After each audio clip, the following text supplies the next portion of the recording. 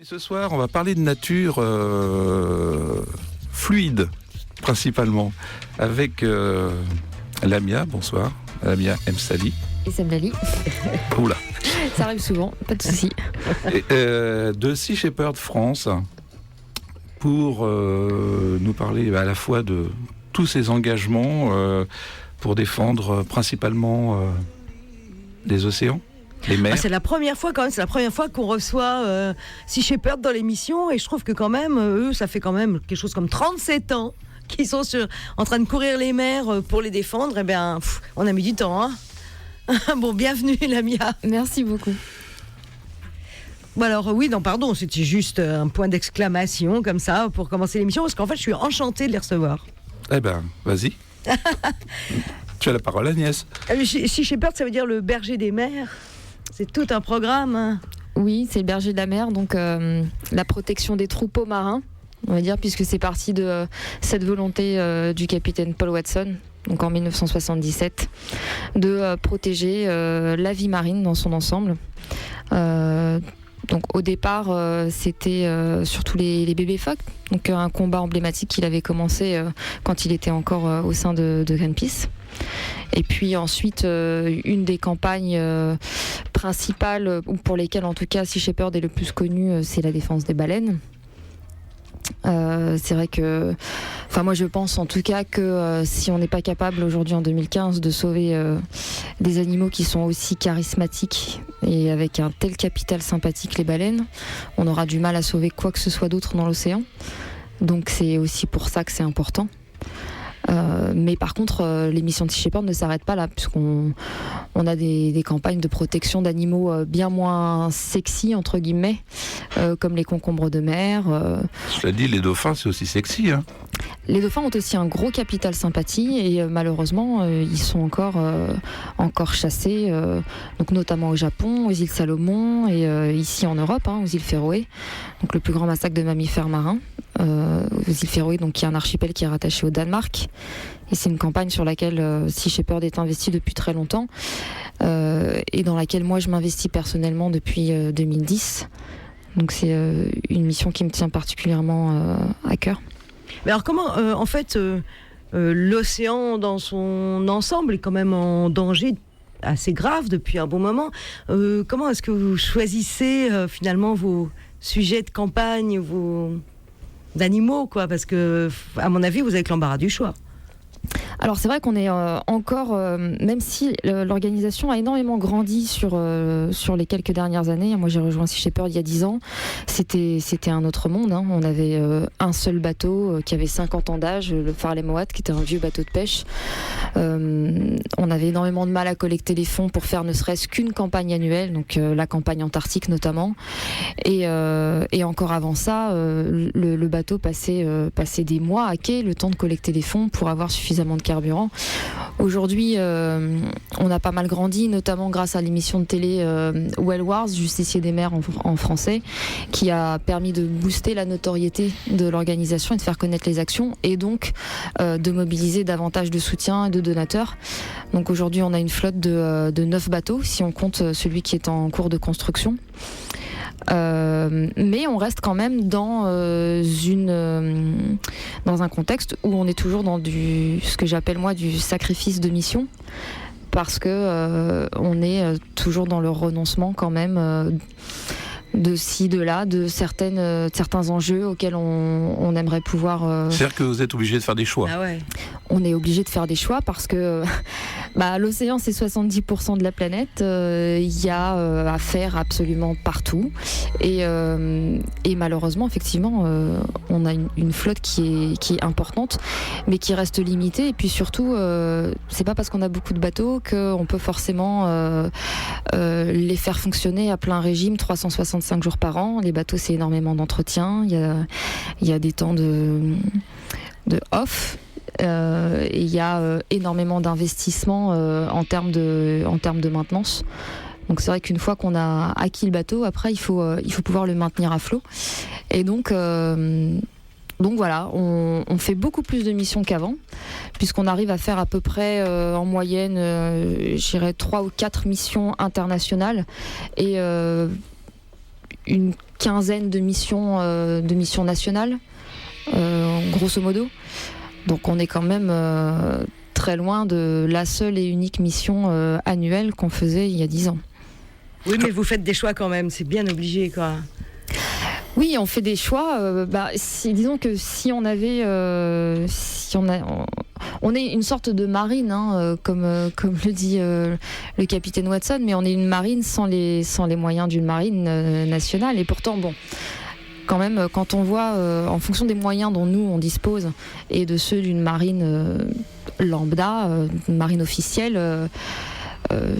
Enfin, moi, je trouve qu'on n'a pas trop à rougir des résultats. Et un des très bons exemples, peut-être que si on revient sur les campagnes tout à l'heure, bien sûr, ouais. c'est la dernière mission Icefish en Antarctique, où on a quand même appréhendé l'un des plus grands braconniers de l'Égine australe, dont le Thunder, qui est le plus connu et le plus recherché. Donc, recherché par Interpol depuis 10 ans, on l'a appréhendé en 8 jours.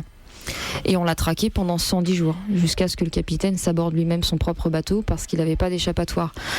Donc ça, c'est si nous, avec nos moyens de petite ONG, parce que tout est relatif, mais on reste quand même une petite ONG quand on compare aux grandes ONG internationales, si nous, avec nos moyens de petite ONG, on est capable de faire ça, je pense que la marine française, néo-zélandaise ou australienne, qui sont les premières confrontées au problème là-bas en Antarctique, elles auraient très bien pu le faire aussi, pour peu qu'il y ait la volonté politique derrière pour les diriger dans ce sens-là. Et c'est là que le bas blesse. Alors Lamia, toi tu représentes Sea Shepherd France. J'aurais souhaité savoir un peu comment fonctionnent les choix justement sur les campagnes. Est-ce qu'il y a des campagnes qui sont faites au niveau international? Ensuite, est-ce que je sais pas si c'est fédéré, comment fonctionnent les groupes? Est-ce qu'il y a des choix qui se font en fonction des pays, des lieux où se situent les militants de Sea Shepherd? Comment ça s'organise tout ça? Moi, je suis présidente de Sea Shepherd France, mais je travaille énormément sur les campagnes globales et je suis co-directrice de Sea Shepherd Global, donc on est 5 et je suis la seule nana. Donc, mon cas est un peu un cas particulier pour le coup, mais en général, ça dépend des antennes en fait, parce que les antennes nationales de Sea Shepherd ne se valent pas toutes, elles ne sont pas toutes au même stade de développement, surtout qu'il y en a énormément qui ont été créées très récemment. Là, je crois qu'on est à peu près à une bonne trentaine d'antennes officielles. Il y a une en Corse qui vient de se créer là, c'est ça? Alors ça, c'est pas une antenne nationale, c'est une antenne qui est rattachée à Sea Shepherd France.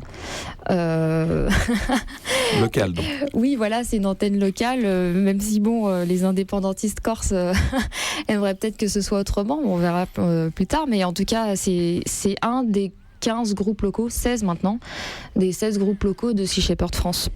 Moi, j'ai toujours travaillé de toute façon sur les campagnes internationales. Donc, j'ai coordonné les missions de Sea Shepherd Global, donc en Méditerranée sur le thon rouge, ou aux îles Féroé contre les massacres de dauphins. Et dans le même temps, on essaye maintenant de développer de plus en plus de campagnes au niveau national. Et Sea Shepherd France est devenue une des antennes nationales les plus importantes et a les reins suffisamment solides, on va dire, pour mener des campagnes nationales qui sont amenées à se développer de manière de plus en plus fréquente et importante. Sachant que de toute façon, l'objectif premier de chaque antenne nationale, c'est d'aider au financement des campagnes globales. Ça reste la priorité. Ensuite, en fonction des budgets disponibles sur chaque antenne, elles peuvent éventuellement développer des campagnes nationales, ce qui à mon sens est important. Et là je l'ai bien vu sur la dernière mission qu'on a développée cet été en Méditerranée, donc l'opération Mare Nostrum, qui consistait principalement à récupérer des filets fantômes. Donc c'est des filets dérivants. Non, en fait c'est des filets perdus ou abandonnés en mer par des pêcheurs. Il y avait aussi une problématique sur les déchets plastiques, puisque la mer Méditerranée est la mer la plus polluée du monde en plastique. Ce qui était intéressant avec cette mission, c'est que c'est une mission vraiment locale, avec des gens qui ont l'opportunité de participer sur des périodes assez courtes et près de chez eux. Donc c'est pas donné à tout le monde de partir 4 ou 5 mois en Antarctique. Et puis en plus les places sur les bateaux, elles sont elles sont aussi limitées. Donc voilà, ça permet aux gens qui nous soutiennent à l'année ou qui sont investis dans des groupes locaux et donc qui participent à des stands ou à des événements de sensibilisation d'aller un petit peu au charbon et de mettre la main à la pâte dans quelque chose de vraiment concret qui est un bon complément, je trouve, des stands ou de tous les événements qu'on peut faire à l'année. On en fait plus de 170 par an. Je pense que ça nourrit d'autant plus leur motivation, et quand ils sont de retour dans leur groupe local, ils ont des choses vraies à raconter et un vécu qui du coup fait aussi en fait une valeur ajoutée pour communiquer auprès du public. Et vous êtes toujours dans Trafic sur Radio Libertaire. Et nous sommes avec Sea Shepherd pour l'instant. Et juste à l'instant, c'était le sergent Garcia qui a joué pour vous le 1er octobre dans ce concert qui lançait cette nouvelle campagne qui s'appelle The Ocean Nation. Oui, alors c'est pas une campagne Sea Shepherd, c'est un projet qu'on a eu envie de soutenir pour lui donner une impulsion de départ, mais c'est un projet complètement autonome. L'idée, elle part du principe que effectivement l'océan, la mer est appropriée par les États qui donnent du coup. D'ailleurs, la France vient d'étendre son domaine maritime. Oui, la France vient d'étendre de 550 000 km carrés son domaine maritime, soit finalement la surface de la métropole. Le problème avec ça, c'est qu'effectivement, du coup, ça donne aussi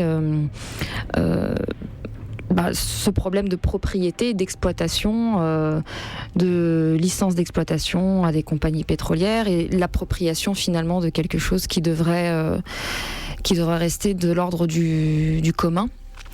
Alors après, c'est assez ambigu parce qu'il y a ce qu'on appelle la tragédie des communs. Donc ce qu'il faut éviter aussi, c'est que... Mais qu'est-ce que la tragédie des communs ? Alors la tragédie des communs, c'est ce qui se passe quand on a quelque chose qui appartient... il y a encore le problème de appartenance, mais qui appartient à tout le monde et donc à personne. L'air qu'on respire, par exemple ? Non, parce que peut-être pas l'air qu'on respire, parce que si vous voulez, l'air que je respire moi, je le respire pas à votre détriment, et donc il y a suffisamment d'air pour nous deux. Et pour plus que ça même, pour peu qu'on ne le pollue pas trop. Non, c'est plutôt sur l'exploitation de terre ou sur les pêcheries par exemple. Donc c'est un principe qui veut que quand ça appartient à tout le monde, finalement ça pousse tout à chacun à exercer sa cupidité au maximum, parce qu'on se dit, on part du principe que si c'est pas moi qui le prends, c'est vous. Donc autant que ça m'enrichisse moi plutôt que mon voisin. Donc c'est un peu ce qui se passe avec les populations de poissons, où on a des pêcheurs qui sont dans une logique de profit à court terme et de profit personnel, et qui ça s'aborde en fait même la logique la plus élémentaire, c'est-à-dire que par exemple il y a un exemple très emblématique, c'est le thon rouge. Donc le thon rouge, c'est le poisson le plus cher du monde aujourd'hui. Le record a été battu l'année dernière, 1,2 million de dollars pour une femelle thon rouge. C'est un poisson qui se vend à peu près 70 000 dollars le poisson sur le marché japonais. Donc avec un tel prix, ce poisson, il est quasiment condamné, et il est condamné notamment parce que quand bien même vous avez affaire au dernier couple de thon rouge, vous aurez tendance à le prendre, parce que vous vous direz que si c'est pas vous, de toute façon, ça sera l'autre. Donc autant que ce soit vous. Voilà. Mais attends, le thon rouge en Méditerranée, la protection a permis de faire remonter les stocks, non ? Alors, moi je reprends jamais le terme de stock, parce que pour moi c'est d'abord une population d'êtres vivants, et surtout des ouvriers de l'océan qui maintiennent cette machinerie qu'est l'océan, qui régule le climat fonctionnel. Donc les stocks, ça fait vraiment marchandisation, mais bon, c'est vrai que c'est un terme... ça vient de l'anglais en fait. C'est un terme qui revient beaucoup, oui, mais dans l'esprit français, ça marche très très bien aussi, malheureusement. Le cheptel. Ouais, pas, c'est des populations. Pour moi, mais c'est très, comment dire, c'est très propre aux animaux marins, hein, parce que on se désensibilise par rapport aux animaux marins. On parle beaucoup moins facilement de stock d'éléphants ou de stock de chiens. On parle des thons rouges et des requins par contre en tonnes. Si je vous parle de tonnes de girafes, vous allez me regarder bizarrement. Mais voilà, les animaux marins, on a un mépris. Ce ne sont pas des individus à part entière, c'est du stock. Donc, comment ça s'explique, ça, justement ? Alors, ça s'explique par, je pense, d'une part, une logique qui est que nous-mêmes, nous sommes des animaux terrestres, nous sommes des mammifères, donc on a plus facilement de l'empathie pour ce qui est plus proche de nous, donc on va se sentir plus empathique avec un primate, avec un chien. Un mammifère, de manière générale, ouais. Avec un mammifère. On a aussi plus d'empathie, voyez, même pour les dauphins, hein, ou pour les baleines, ça reste des mammifères qui allaitent leurs petits. Les poissons, par contre, ce sont des animaux qu'on connaît très peu, qu'on appréhende mal. Plus la science avance et plus elle démontre que en fait, c'est des animaux sensibles, avec même des personnalités. Ce sont des individus, mais on est encore très très loin du compte. On est très désensibilisé et c'est ce qui fait aussi qu'on les massacre dans de telles proportions. C'est absolument pharaonique le nombre de milliards de poissons qu'on peut massacrer finalement d'une façon assez décomplexée. Hein. C'est vrai que si on compare un petit peu deux faits, par exemple le massacre des dauphins aux îles Féroé et puis le fameux lion qui a été tué à Crinière-Noire, les réseaux sociaux ont réagi aux deux, mais dans l'inconscient collectif des personnes, hein, de la société civile, on s'est plus indigné pour cette histoire de lion que pour cette histoire de centaines et de centaines de dauphins massacrés.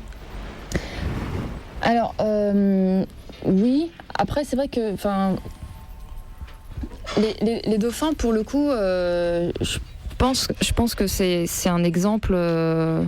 C'est peut-être pas le meilleur exemple parce qu'il y a quand même une vraie réaction du public au massacre des dauphins. Il y a une vraie mobilisation. Le problème. Oui, mais c'était sur les réseaux sociaux, c'est-à-dire qu'aux journaux d'information, on n'en a pas parlé comme on a parlé de ce fameux lion, par contre. Oui, mais le massacre des dauphins, c'est tous les ans. Alors. Le truc, c'est que sur les massacres de dauphins, notamment des îles Féroé, il y a une sorte de débat sur le fait qu'il s'agit d'une tradition. Que après tout, nous on a aussi nos traditions et que c'est quelque chose qui est considéré comme légal chez eux. Ce qui ne l'est pas, d'ailleurs, parce que ces dauphins sont strictement protégés en Europe, mais on pourra en reparler tout à l'heure si vous voulez. Là, ce qui a aussi choqué l'opinion, c'est le fait que, parce que des lions qui sont massacrés, il y en a aussi toute l'année. Ce cas particulier a choqué parce que c'était un lion emblématique et connu, et parce qu'il avait été braconné, attiré en dehors du parc où il était censé être protégé, etc. C'est un phénomène presque de celebrity, quoi. C'était un lion people. C'est un peu comme l'engouement qu'il y a pu y avoir sur l'orque qui jouait le rôle de Willy dans Sauver Willy, donc Keiko. On s'est ému du fait que Keiko était dans un bassin en béton. Il y a de l'argent qui a été levé pour le libérer, etc. Mais des orques dans le même cas que lui, il y en a plein partout dans le monde et il n'y a rien qui bouge. Donc c'est plutôt un phénomène de pipolisation des animaux qui explique, je pense, cet engouement. Mais pour en revenir sur vous parliez tout à l'heure des thons, justement, dont la population se remet petit à petit en Méditerranée. Il faut faire très attention avec ça parce qu'en fait, quand on analyse la structure de cette population, ce sont surtout des thons très jeunes, ce sont des juvéniles. Et ça reste donc une population extrêmement fragile. Et le problème, c'est que le moindre début de commencement, de balbutiement, d'amélioration, et bim, on augmente les quotas. Ouais, c'est ce qui s'est passé. Et c'est voilà, ce qu'ont demandé et c'est la ruée là-dessus. Et donc on laisse pas vraiment le temps aux populations de se remettre, sachant qu'en plus de ça, il faut prendre en compte le facteur de la pêche illégale qui est énorme sur la pêche du thon rouge. Mais parce que l'enjeu financier est extrêmement important, c'est un poisson qui vaut de l'or, et dans le même temps, il y a finalement très peu de contrôle en fait en mer pour s'assurer que les quotas soient respectés, et c'est difficile en fait, la traçabilité elle-même est difficile. Donc voilà, ils sont très loin d'être sortis d'affaire. On a tendance à être tout de suite très optimiste. Rassuré, quoi. Oui. Content aussi peut-être, non? On est un peu trop vite trop content, et surtout on met souvent trop longtemps, et on attend trop pour vraiment s'alarmer.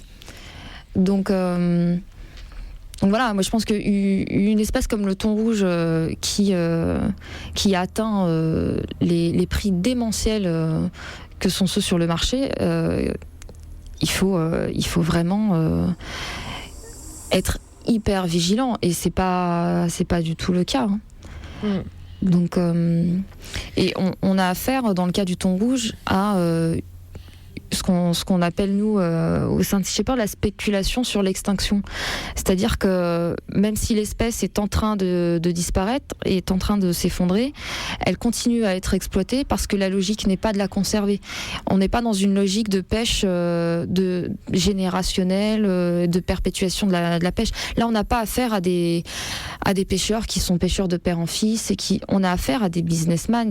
Une des entreprises principales qui est impliquée dans cette pêche, c'est Mitsubishi. Donc et Mitsubishi a des tonnes de stock de thon rouge dans des frigos au Japon. La valeur de ces thons rouges, elle augmente proportionnellement à la raréfaction des thons rouges sauvages en Méditerranée. C'est de la spéculation. Exactement, c'est de la spéculation sur l'extinction. Donc on est très très loin du petit pêcheur qui a pris la relève après son père et qui veut que son fils fasse pareil. D'ailleurs, quand on a libéré 800 thons rouges nous en eau libyenne sur l'opération Blue Ridge que je coordonnais en 2010. Donc on a libéré ces thons rouges en eau libyenne. On est allé en Libye parce que c'est une des dernières nurseries du thon rouge en Méditerranée, et en même temps c'est une zone qui n'est absolument pas surveillée pour ce qui est du braconnage. Donc ça n'a pas loupé. Je crois qu'on avait mis 24 ou 48 heures à trouver une première opération de pêche illégale. Donc on avait libéré 800 thons rouges. Et quand on l'a fait, les petits pêcheurs de Malte, parce que les thons rouges qu'on avait libérés étaient acheminés vers Malte, donc à vitesse très réduite, vers des fermes d'engraissement, donc où ils sont engraissés pendant des mois avant d'être exportés vers le Japon. Et en fait, la flotte artisanale de pêche de Malte était complètement sur le carreau, parce qu'ils ne peuvent pas rivaliser avec ces grosses entreprises qui, en un coup de seine, donc c'est des thoniers seineurs, en un coup de seine prend autant de thon rouge que toute la flotte artisanale de Malte en une saison. Ah, waouh! Donc voilà, ils avaient fait un communiqué de presse pour féliciter Sea Shepherd de l'action, parce que ils sont victimes au même titre que les thons rouges, et ils sont voués à disparaître. C'est-à-dire que la pêche illégale, majoritairement, est le fait de grosses entreprises. Ah non, enfin, il y a des petits pêcheurs qui font de la pêche illégale. Il y a même des plaisanciers qui font de la pêche illégale. Dans ce cas-là, le problème, ça devient le nombre. Quand vous avez un petit pêcheur, ça va, mais quand vous en avez des flottille, centaines, là, ça devient problématique. Après, la pêche illégale à l'échelle industrielle, elle existe aussi, et effectivement, elle constitue une énorme partie du problème. Et notamment, encore plus, et c'est encore plus rageant quand on sait que parfois, elle est subventionnée par l'Europe et donc par nos impôts, comme ça a été le cas du Thunder, le braconnier dont je parlais tout à l'heure, qu'on a appréhendé en Antarctique, qui appartient à une entreprise espagnole basée en Galice, et qui a fait 60 millions de dollars de profit en 10 ans sur la légine braconnée, et qui dans le même temps a touché, je ne sais plus si c'est 2 ou 3... mais c'est dans cette échelle-là, 2 ou 3 millions d'euros de subventions européennes. Voilà, pour une entreprise qui est connue et qui est connue pour pratique illégale et qui a été condamnée déjà plusieurs fois pour pratique illégale. C'est-à-dire que la loi n'est pas appliquée. C'est-à-dire qu'il y a un laxisme, des autorités à ce niveau-là, ce qui est qui est assez aberrant quand même. Déjà, les subventions pour les flottilles de pêche industrielles en elles-mêmes, quand bien même elles sont légales, sont immorales parce qu'elles permettent d'entretenir de manière artificielle un système qui économiquement ne pourrait pas se maintenir. Parce qu'on n'a déjà plus assez de poissons pour alimenter tous ces énormes bateaux. S'ils arrivent à encore prendre la mer, c'est parce qu'ils sont très très lourdement subventionnés. Donc s'ils sont déficitaires, ça pose pas de problème. Exactement. C'est compensé. C'est de toute façon nous qui compensons. Et c'est nous qui finançons aussi l'armement de ces bateaux. Donc c'est pas du tout un système. Mais ils ne jouent même pas le jeu de la loi du marché finalement. Tout est biaisé. Et les plus petits pêcheurs, pour le coup, sont ceux qui sont le moins aidés. Et même sur la répartition des quotas, il y a une inégalité criante. Enfin, nous, on fait l'apologie d'aucune forme de pêche. Hein. Nous, nos bateaux sont véganes, on mange pas de poisson à bord. On part du principe qu'on est plus de 7 milliards d'êtres humains, qu'il n'y a pas assez de poissons dans l'océan pour nourrir 7 milliards d'êtres humains. Donc, il va falloir trouver d'autres sources. D'autres sources. Par contre, on fait quand même la différence entre ces chalutiers pélagiques et ces énormes bateaux qui valent plusieurs millions d'euros et qui sont subventionnés par nos impôts et le petit pêcheur qui fait de la pêche de subsistance, évidemment. Ils vont ni au même endroit, ils raclent pas les mêmes fonds, enfin ils raclent même peut-être probablement pas les fonds. Moi je dirais qu'en fait la différence essentielle entre le petit pêcheur qui est pêcheur de père en fils et qui veut que ses enfants puissent pêcher après lui, la différence essentielle entre ce gars-là et les têtes, les pontes de grosses multinationales de pêche, c'est que le petit pêcheur il veut que la mer reste vivante. Donc on a un objectif commun avec lui. Voilà. Alors que des entreprises comme Mitsubishi... Et puis il n'y a pas de gaspillage. Normalement, un pêcheur, c'est ce qu'on dit, l'adage, c'est qu'un bon pêcheur ne se reconnaît pas seulement à ce qu'il pêche, mais aussi à ce qu'il ne pêche pas. Donc un bon pêcheur, normalement, il ne fait pas de gaspillage. Voilà, ce qui est loin d'être le cas de ces énormes bateaux qui ne sont pas du tout dans une logique de respect ou... Enfin, qui sont plutôt dans une logique de pillage et de profit à court terme, donc ils se fichent bien de savoir ce qu'ils peuvent détruire sur leur passage. C'est vraiment après eux le déluge, et quand il y aura plus de poissons, ils passeront à autre chose. Sauf que quand il y aura plus de poissons, l'océan va mourir, et donc on sera même plus là pour en discuter. C'est ça qu'il faut aussi que les gens comprennent. Radio Libertaire 89.4, nous sommes toujours en compagnie de Sea Shepherd, enfin pas tous Sea Shepherd, on a Lamia. SM Lali ce soir, bravo. Je l'ai bien dit, ça y est, j'ai mémorisé. Et juste à l'instant, c'était un morceau de Radiohead, un groupe qui est particulièrement engagé dans les causes de l'environnement. Et le morceau, c'était Weird Fishes à Peggy. Voilà. On revient vers toi, Lamia. Moi, tout à l'heure, on a un peu divergé là, parce qu'en fait, le sujet est vaste, quoi. Donc, comme l'océan. Exactement. Mais t'avais commencé à parler du côté, dans l'océan, il y a toute une partie de l'océan qui fait partie, comme tu l'as dit, par exemple, les eaux territoriales autour des îles, etc. Pour la France, mais c'est vrai pour tous les pays. Mais il y a aussi toute une partie qui sont des eaux internationales. Oui, la haute mer, oui. La haute mer. Alors, quelle différence ça fait ? Est-ce que, en fait, on trouve des braconniers partout ? Comment ça joue ? J'imagine que pour vous, ça se passe pas exactement de la même façon, ou si, enfin je sais pas.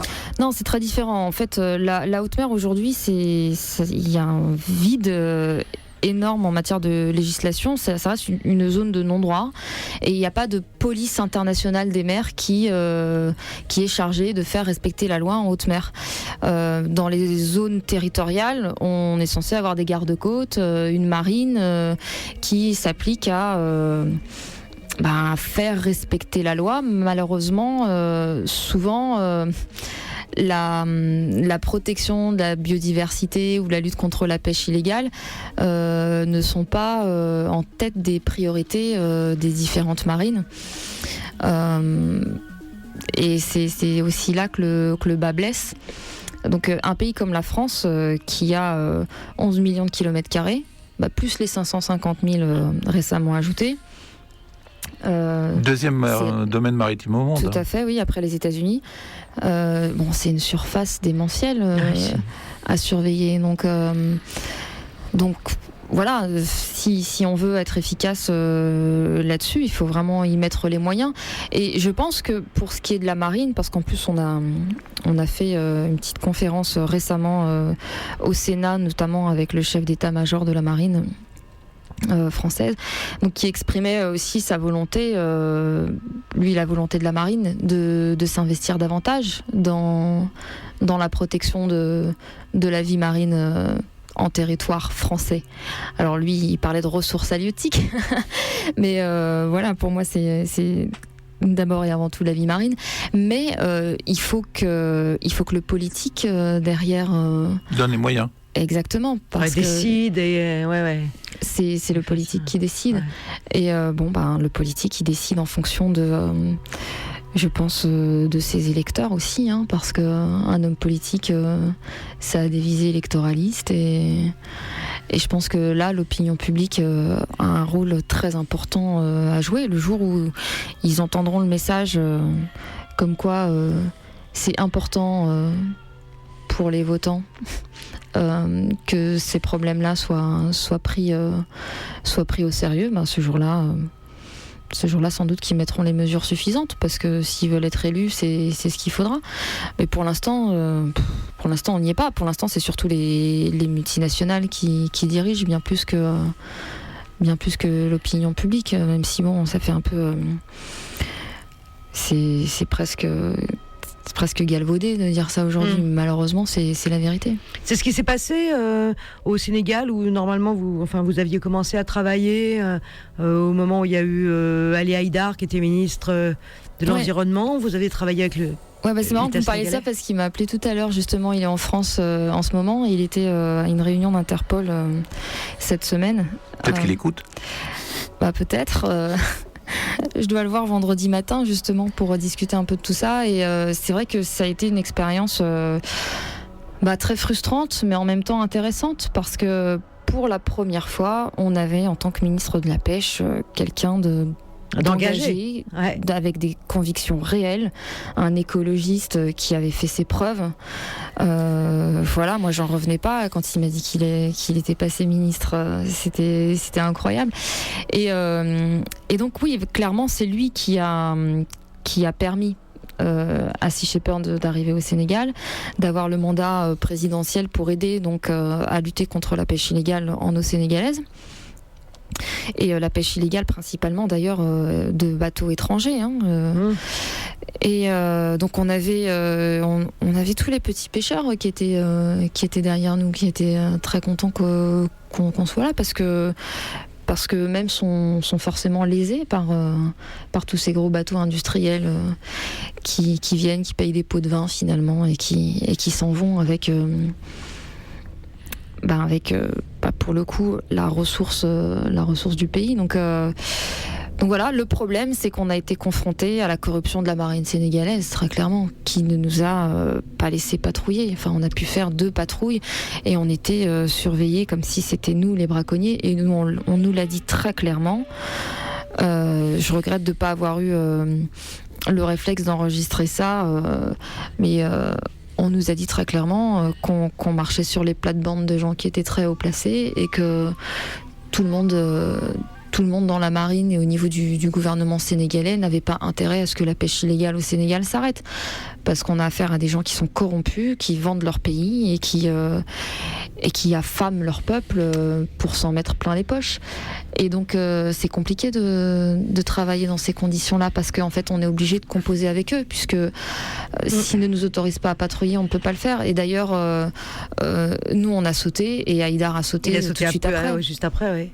Il a été remplacé par un gars qui n'y connaît strictement rien et c'est le but. On n'attend pas du ministre de la Pêche qu'il ait des convictions écologiques et qu'il ait envie de préserver la mer. Non, c'est la dernière chose qu'on attend de lui. Donc Haïdar, c'était clairement c'est un extraterrestre là-dedans. C'est une erreur de casting. Et dans les eaux internationales, alors c'est encore là, du coup, ça doit être c'est la foire d'empoigne en fait. Tout le monde fait ce qu'il veut. Bah oui, dans les eaux internationales, c'est vraiment c'est une zone de non-droit avec une impunité quasi totale et en même temps, malheureusement,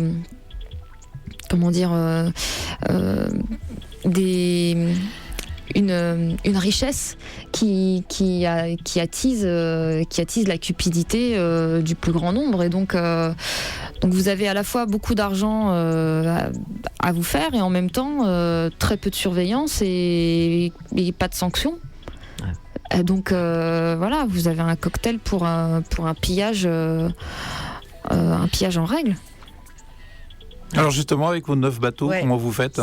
C'est une petite flottille à l'image de cette grande surface. Il a l'air d'être réparti un peu partout en plus, ça va être compliqué.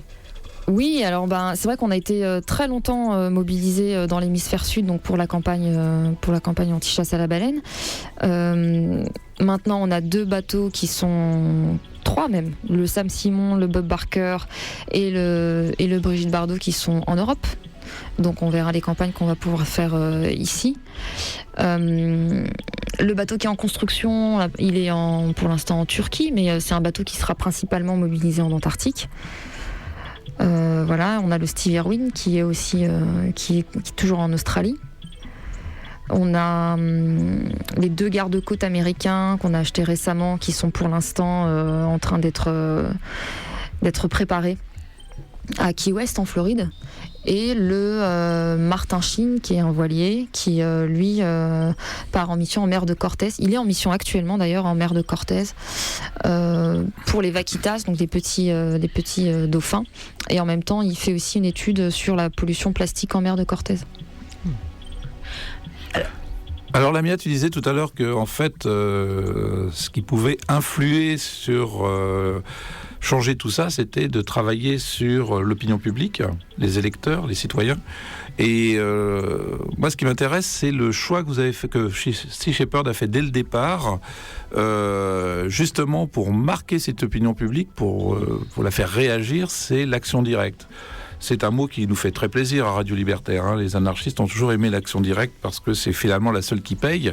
Mais ça a été dès le départ quelque chose qui vous a amené à des affrontements, à des prises de risques incroyables. Ça fait vraiment partie de l'ADN de Sea Shepherd.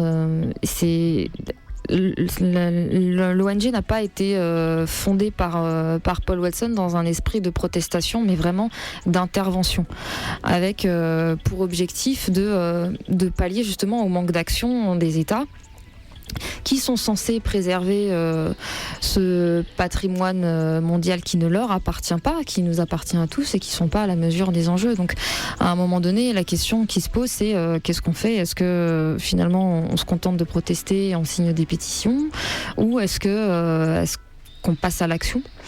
Et les premiers faits d'armes de Paul au sein de Sea Shepherd, ça a été de couler des baleiniers à quai, donc des baleiniers qui pêchaient illégalement, qui tuait illégalement des milliers de baleines par an, notamment le premier ça a été le Sierra, qui était un baleinier notoire, qui tuait plus de 10 000 baleines par an avec un harpon à froid, donc c'est même pas un harpon explosif, donc l'agonie de la baleine est encore plus longue.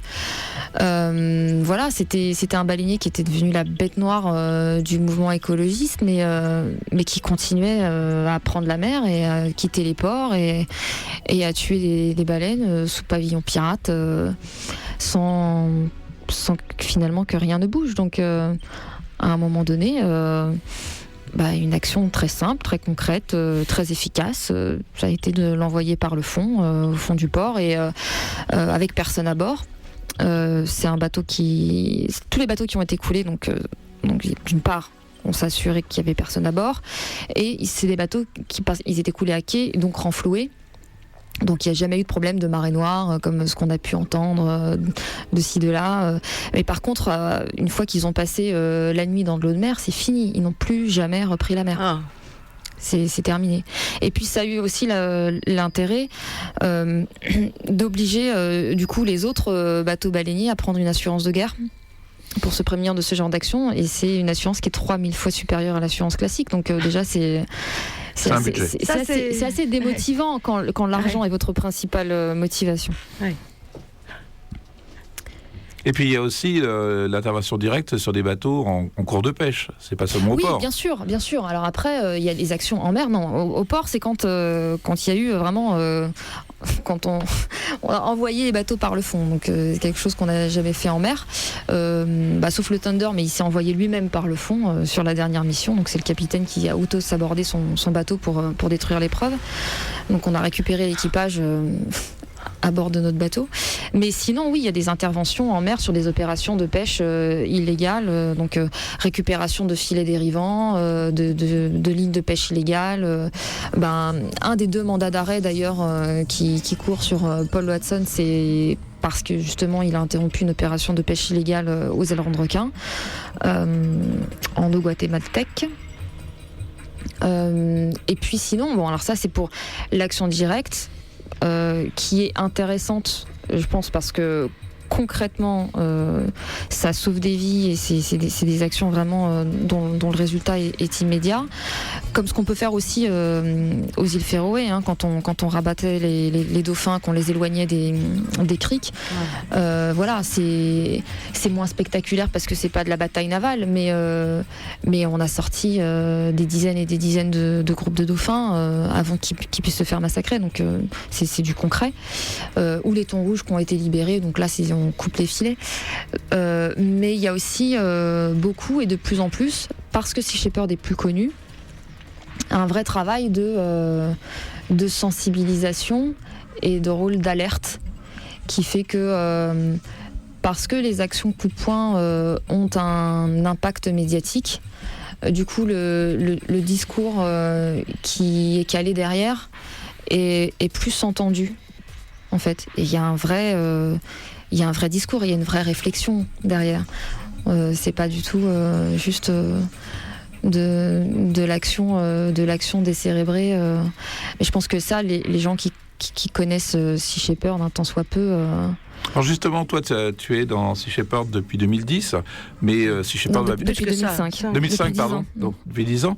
Par contre, c'est bientôt 40 ans d'existence de Sea Shepherd. Est-ce que vous sentez qu'il y a une sensibilisation plus prégnante des populations, de l'opinion publique? Est-ce que vous sentez un retournement de mentalité ou... Ouais, alors moi je pense que pour le coup, je l'ai vécu dans cette période de 10 ans parce qu'il y a vraiment... il y a les 25 premières années et puis les 10 dernières. Il y a eu un vrai tournant. Et enfin moi quand j'ai rejoint Sea Shepherd, donc, comme je disais, on avait un bateau. Sea Shepherd n'existait pas en France. On a cofondé Sea Shepherd France en 2006. Donc l'antenne française aura 10 ans l'année prochaine. Paul était très peu connu en France, très très peu connu. Aujourd'hui, il se fait arrêter dans la rue tous les jours. Et par contre, c'est vrai que quand on a lancé l'antenne en France, j'étais persuadée que ça resterait vraiment quelque chose d'embryonnaire et que ça prendrait pas ici, parce que je me disais c'était perçu comme trop radical. Et en fait, j'ai été agréablement surprise de voir que non, il y avait un vrai écho au sein du grand public, et puis même au niveau des médias finalement ça intéresse. Et alors même si il y a beaucoup de choses qui circulaient sur Sea Shepherd On a entendu de tout et de n'importe quoi. Mais plus l'organisation est connue et plus notre voix porte, et plus justement on est en mesure de rétablir la vérité et du coup on entend moins ce tout et n'importe quoi. J'ai un bon exemple pour illustrer ça, c'est Jean-Christophe Ruffin qui avait écrit, faisait la promo de son bouquin Le parfum d'Adam sur l'écoterrorisme et qui disait sur le plateau du Grand Journal de Canal+, donc ça c'était en 2006 ou 2007, donc qui disait sur le plateau du Grand Journal à Canal+, que la personne qui l'avait inspiré pour faire ce bouquin, c'était un gars qui s'appelait Paul Watson, qui n'avait pas hésité à tuer des innocents pour sauver des baleines. Voilà, ça passerait plus aujourd'hui. Il pourrait plus se permettre de dire ça aujourd'hui. Et d'ailleurs, dans le magazine Society de ce mois-ci, il y a aussi un droit de réponse qu'on a obtenu parce que un des capitaines de Greenpeace dans le Society du mois de juillet a dit que vous aviez torpillé les négociations avec le Japon. Ah non oui, non, ça c'est encore autre chose. Alors oui, bon ça, moi j'avais fait une réponse complète là-dessus. Hein. Ah oui, parce que et très longue. Bon, ouais, mais il fallait rentrer dans l'état. J'ai hésité longtemps à la faire parce que je trouvais l'attaque tellement ridicule que je me suis dit que ça valait pas le coup. Puis en fait, quand ça a commencé à être repris par des journalistes et notamment une journaliste du Monde qui avait repris ça, qui se basait là-dessus, je me suis dit non, en fait, ça mérite une réponse. On va la faire parce que parfois quand vous répondez pas, les gens pensent que vous répondez pas parce que vous n'avez rien à dire et que qui ne dit mot consent. Donc j'ai pris le temps de faire cette réponse longue et complète. Mais donc sur la réponse, le droit de réponse dans Society, c'est un droit de réponse à un des capitaines d'un des bateaux de Greenpeace qui disait dans la revue du mois de juillet que Greenpeace, contrairement à Sea Shepherd, ne cautionnait pas le fait de tuer des gens et de détruire du matériel. Donc voilà, là c'est bon, on n'attaque pas en diffamation parce que bon, on a autre chose à faire, mais c'est bim, droit de réponse d'office, on laisse plus passer ce genre de choses. Alors, on arrive à la fin de cette émission et il y a quelque chose moi, qui m'intéressait de savoir. On va parler très bientôt, dans 3 semaines, de la COP 21. C'est-à-dire les chefs d'État à l'initiative de l'ONU. Et pas seulement les chefs d'État, puisqu'il y a des entreprises. Il y a des entreprises, on y retrouve Total, on y retrouve... Monsanto, je crois, non ? Ouais, enfin tout un tas de gens qui vont essayer de faire quelque chose. Est-ce que vous attendez quelque chose de ce raout, la COP 21 ? Enfin, normalement, ça doit déboucher sur un accord climat qui va remplacer le protocole de Kyoto. Normalement. C'était juste pour être précise. Est-ce que vous attendez quelque chose de cette réunion ? Est-ce que vous pensez que c'est un coup dans l'eau, que ça sert à rien, c'est juste pour se justifier et après on repart dans la même activité qui vise à détruire finalement l'environnement plus qu'à le protéger ? Je pense pas que ça sert à rien. Par contre, je pense qu'il n'y a pas grand-chose à attendre de la conférence officielle. Quand on voit que c'est une conférence qui est dédiée au problème du dérèglement climatique et que l'océan a été oublié, ça donne le ton. Parce que l'océan, c'est la principale machine de régulation du climat. Voilà, ça fournit plus de 50% de l'oxygène qu'on respire. C'est la principale captation de dioxyde de carbone. Vous n'êtes pas invité, vous ? Ah non, on n'est pas invité. Non, mais nous on fait des choses en dehors de cette réunion. Certaines choses avec d'autres ONG, notamment quelque chose avec Raoni pour la forêt amazonienne, parce que c'est un peu le même combat. Mais on n'attend pas grand-chose de la réunion en tant que telle. Par contre, c'est une opportunité de diffuser des messages parce que l'attention du monde va être braquée sur ce sujet-là et ça va être l'occasion de parler de choses dont on parle pas assez. Et puis nous, forcément, on va diffuser nos messages et nos solutions qui ne seront certainement pas abordées dans le cadre de la conférence officielle. Hein. C'est beaucoup trop polémique pour ça. Donc, principalement, d'ailleurs, Paul sort un petit livret à cette occasion sur ses solutions au réchauffement climatique. pas au réchauffement climatique d'ailleurs, au dérèglement climatique, parce qu'il fait pas forcément plus chaud partout, il y a des endroits où il fait plus froid. Mais et parmi ces solutions, il y a l'arrêt total de la pêche à l'échelle industrielle pendant 50 ans et une révolution alimentaire en termes de régime carné, donc de la consommation de viande, qui est la principale cause d'émissions de gaz à effet de serre, la principale cause de pollution des nappes phréatiques, la principale cause de déforestation. 80% de la déforestation en Amazonie, c'est pour faire des territoires pour le bétail et pour faire pousser du soja pour les poulets en batterie.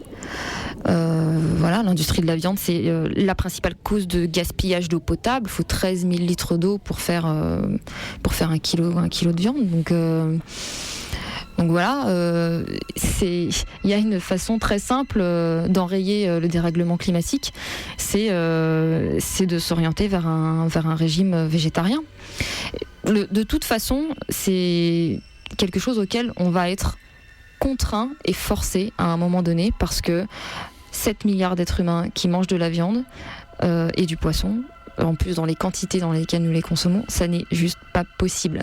C'est une équation qui est insoluble. Et c'est pas parce qu'on va utiliser des ampoules à économie d'énergie ou qu'on va faire du tri sélectif que ça va changer la donne. Il faut un changement bien plus en profondeur. Et le problème, c'est que dès que ça touche à la nourriture, c'est quelque chose qu'on fait tous les jours. C'est quelque chose qui est très impliquant et très impactant. Et donc les gens... très culturel aussi. Très culturel, notamment en France, où la gastronomie française est quand même assez basée sur la viande, sur la charcuterie et sur les produits laitiers. Donc c'est d'ailleurs pas pour rien qu'on est en retard en France sur l'alimentation végétarienne. Quand vous allez en Angleterre, en Allemagne, aux Pays-Bas, ils sont très très très en avance sur nous. Donc ça, c'est quelque chose que les gens n'ont pas forcément envie d'entendre. Et comme les gens n'ont pas envie de l'entendre, faut pas compter sur les politiques pour le leur dire. Parce qu'ils sont, comme je disais tout à l'heure, dans une stratégie de séduction des électeurs. Et il ne faut pas compter non plus sur des grosses ONG qui ont comme objectif principal d'avoir une base de donateurs la plus large possible et qui donc cherchent à faire l'unanimité le plus possible.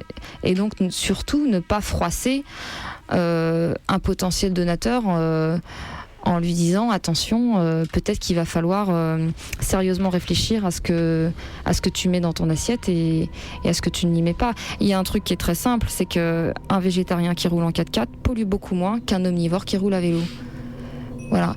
Et nous, on a participé à des événements qui étaient axés sur la préservation de l'eau potable, où on nous demandait de calculer notre empreinte écologique, de savoir si on était venu en train, en covoiturage, à pied. Très bien, pourquoi pas. Sauf que sur cet événement en question, qui durait plusieurs jours, absolument à tous les repas, vous aviez de la viande et plusieurs sortes de viande et du poisson. Et en fait, moi je peux venir en jet. Si je mange pas de viande, finalement, j'aurais sans doute pollué moins que vous. Donc voilà, c'est pas quelque chose qui est évident à entendre pour tout le monde, et pourtant c'est une des solutions indéniables au changement climatique. Donc 2 fronts pour Sea Shepherd. Inciter les gens au végétariens. Oh là. Alors c'est pas tant inciter les gens au végétarisme, si vous voulez. En fait, végétarisme. Nous on est les bateaux sont végétaliens, donc il n'y a pas de produits animaux ni sous-produits animaux. Alors, maintenant, nous on fait un constat et on donne un exemple. Nous on ne consomme pas de poisson, de viande, etc. Parce que de toute façon on peut difficilement dire qu'on est 7 milliards et qu'on ne peut pas tous manger du poisson et de la viande et en manger nous-mêmes. Voilà. Puis, je sais pas, on est arrivé à un stade où on massacre 65 milliards d'animaux par an dans des conditions qui sont surréalistes, qui sont contre nature et qui ne peuvent pas se justifier éthiquement ou moralement d'une quelconque façon. Du fait qu'on est aussi nombreux, on perd notre âme et on perd notre humanité en mangeant autant de viande. Et deuxième front, donc la défense des océans. C'est lié. c'est lié parce qu'en fait, le fait de manger de la viande a un impact aussi direct sur l'océan. 40% des poissons qui sont pêchés dans l'océan servent à nourrir les animaux d'élevage et pas les humains. Donc en fait, quand vous mangez de la viande, vous mangez du poisson et vous dévorez aussi l'océan. Et l'océan est directement impacté par l'industrie de la viande. Donc c'est vraiment un seul et même combat. Maintenant, voilà, on prêche pas activement pour le véganisme. Il y a des associations qui le font. Par contre, on a un positionnement là-dessus qui est très clair et qu'on assume totalement. Alors, on arrive à la fin de cette émission. Est-ce qu'il y a des rendez-vous donnés par Sea Shepherd France ? Je crois que vous êtes au Salon Marjolaine. Il est terminé ou c'est en plein on est au Salon Marjolaine en ce moment, effectivement. Il a lieu jusqu'à dimanche. Il y a pas mal d'événements en fait en France. Moi, je perds le fil parce qu'on en fait beaucoup. Par contre, sur le site de Sea Shepherd, donc seashepherd.fr, vous avez une rubrique Rencontrons-nous. Et là, vous avez toute la liste des événements où vous pouvez rencontrer l'équipe. Une question rapide, qui sont vos donateurs ? Qui vous finance ? Alors, ce qui nous finance, c'est les particuliers, c'est monsieur et madame tout le monde. On n'est absolument pas subventionné, parce que c'est aussi c'est le prix de la liberté. De temps en temps, on a un gros donateur, entre guillemets, comme Bob Barker, Sam Simon, qui donc nous offre un bateau. Mais après, comme je le disais tout à l'heure, ce qui est plus cher en fait, c'est d'entretenir ce bateau et de lui faire des campagnes, parce que c'est pas tout d'avoir un bateau. Si c'est pour qu'il reste à quai faute d'argent, ça sert à rien. Mais c'est vraiment voilà, c'est monsieur et madame tout le monde qui nous finance, et ça nous permet du coup d'être complètement libre et de pas se dicter les enjeux sur lesquels on peut travailler et ceux sur lesquels il faudrait regarder ailleurs. Lamia et Sem Lali, on te remercie d'être venu vous parler.